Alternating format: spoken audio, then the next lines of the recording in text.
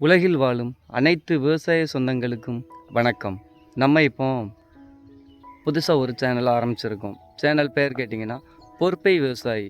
இந்த விவசாய சேனல் எதுக்காக ஆரம்பிச்சிருக்கோன்னா பொழுதுபோக்குக்காகவோ நேரப்போக்குக்காகவோ கிடையாது. இது முழுக்க முழுக்க விவசாயத்தை பற்றி மட்டும்தான் நம்ம போட போகிறோம். அதில் ஏதாவது குறைகள் இருந்தாலும் நிறைகள் இருந்தாலும் நீங்கள் எனக்கு சொல்லி ஆதரவு கொடுக்கணுன்ட்டு உங்ககிட்ட தாழ்மையுடன் கேட்டுக்கொள்கிறேன்.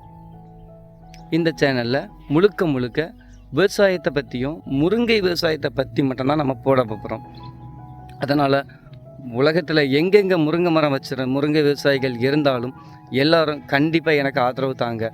நானும் உங்களுக்கு என்னால் முடிஞ்ச உதவிகளை நானும் பண்ணுறேன்.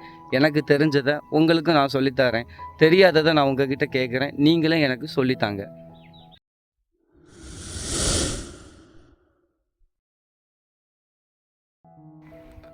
உலகில் வாழும் அனைத்து விவசாய சொந்தங்களுக்கும் வணக்கம். நம்ம இப்போ எங்கே வந்திருக்கோம், எதை பற்றி பேச வந்திருக்கோம் அப்படின்னு பார்த்தீங்கன்னா, முருங்கை விவசாயம். தமிழகத்தில் தென்பகுதியில் அதிகமாக விவசாயம் பண்ணுறது முருங்கை விவசாயம்தான். அதை பற்றி தான் இப்போ நம்ம பார்க்க வந்திருக்கோம்.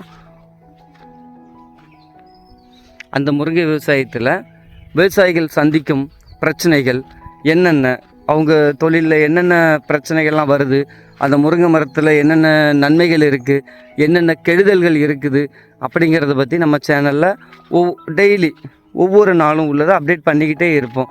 அதுக்கு நீங்கள் தொடர்ந்து ஆதரவு கொடுக்கணும். சரி, நம்ம இப்போ வீடியோவுக்குள்ளே போகலாம். இப்போ நான் நிற்கிற இடம் சாத்தான்குளம் பக்கத்து, அதாவது தூத்துக்குடி மாவட்டம் சாத்தான்குளம் வட்டத்தில் இருக்கிறோம். சுப்பிரமணியபுரம் அப்படிங்கிற ஊரில் நம்ம தோட்டம் வச்சுருக்கோம். அந்த தோட்டத்திலேருந்து அன்னன்னைக்கு உள்ளதை, நான் சந்திக்கிற பிரச்சனைகளையும் நம்ம ஏரியாவில் உள்ள மக்கள் சந்திக்கிற பிரச்சனைகளையும் ஒன் பை ஒன்னாக நான் உங்களுக்கு சொல்லுவேன். அது உங்களுக்கு தெரிஞ்சுக்கணுன்னா நம்ம சேனலை பார்த்துக்கிட்டே இருங்க, சப்ஸ்கிரைப் பண்ணிக்கோங்க. பொதுவாக எல்லாரும் சொல்கிற ஒரே கருத்து என்ன தெரியுமா, முருங்கை விவசாயங்கிறது அவங்களுக்கு அதில் செலவே கிடையாது, முருங்கை மரம் வச்சா போதும் அது காய்ச்சிக்கிட்டே இருக்கும் அப்படிங்கிறது மக்களோட கருத்து. ஆனால் உண்மையாகவே அதில் விவசாயம் பண்ணுறவங்களுக்கு மட்டும்தான் அதில் உள்ள கஷ்டங்கள் நஷ்டங்கள் எல்லாமே தெரியும். வெளியிலேருந்து பார்க்கும்போதுல யாருக்கும் எதுவுமே தெரியாது. ஆனால் அதை உள்ளே பார்த்தா தான் அந்த விவசாயம் பண்ணுறவங்களோட கஷ்டமோ, அந்த ஒரு காய் அவங்க வர வைக்கிறதுக்காக எவ்வளோ கஷ்டப்படுறாங்க அப்படிங்கிறதும் நம்மளுக்கு தெரியும். சரிங்களா? இப்போ இந்த பதிவு எதுக்கு, முருங்கை விவசாயம் முழுக்க முழுக்க முருங்கை விவசாயத்தை பற்றி மட்டும்தான் நம்ம சேனலில் போடுவோம். பிஞ்சு பிடிக்கும். இந்த பிஞ்சு இப்படி ஆரம்ப ஸ்டேஜில் இப்படி வர ஆரம்பிக்கும். அதுக்கப்புறம் அப்படி ஒவ்வொரு ஸ்டெப்பாக கொஞ்சம் கொஞ்சமாக வளர்ந்து காய் உற்பத்தி ஆகும். நம்ம குறைஞ்ச இடத்துல தான் வச்சுருக்கோம், அதிகப்படியான இடங்கள் கிடையாது. ஒரு 10 ஏக்கரில் தான் நம்ம விவசாயம் பண்ணிக்கிட்டு இருக்கிறோம். அது 10 ஏக்கர் முழுக்கவுமே தனி முருங்கை மட்டும்தான். முருங்கை பார்த்திங்கன்னா எப்போவுமே லாபம் தரும் அப்படின்னு சொல்ல முடியாது. ஒரு டைமில் 2 ரூபாய்க்கும் கிலோ போகும், ஒரு டைமில் 20 ரூபாய்க்கும் போகும். அதே கொஞ்சம் காய் வரத்தே இல்லாத டைமில் 40, 50, 100 ரூபாய் வரைக்கும் எடுப்பாங்க. 100 ரூபாய்க்கு எடுக்கும் போச்சில் பார்த்திங்கன்னா விவசாயிகளுக்கு நல்ல ஒரு லாபம் கிடைக்கும். ஆனால் அந்த டைமில் யார்கிட்டையுமே காய் அதிகமாக இருக்காது. பொருள் இல்லாதப்போ மட்டும்தான் விலையேற்றம் அதிகமாக இருக்கும்.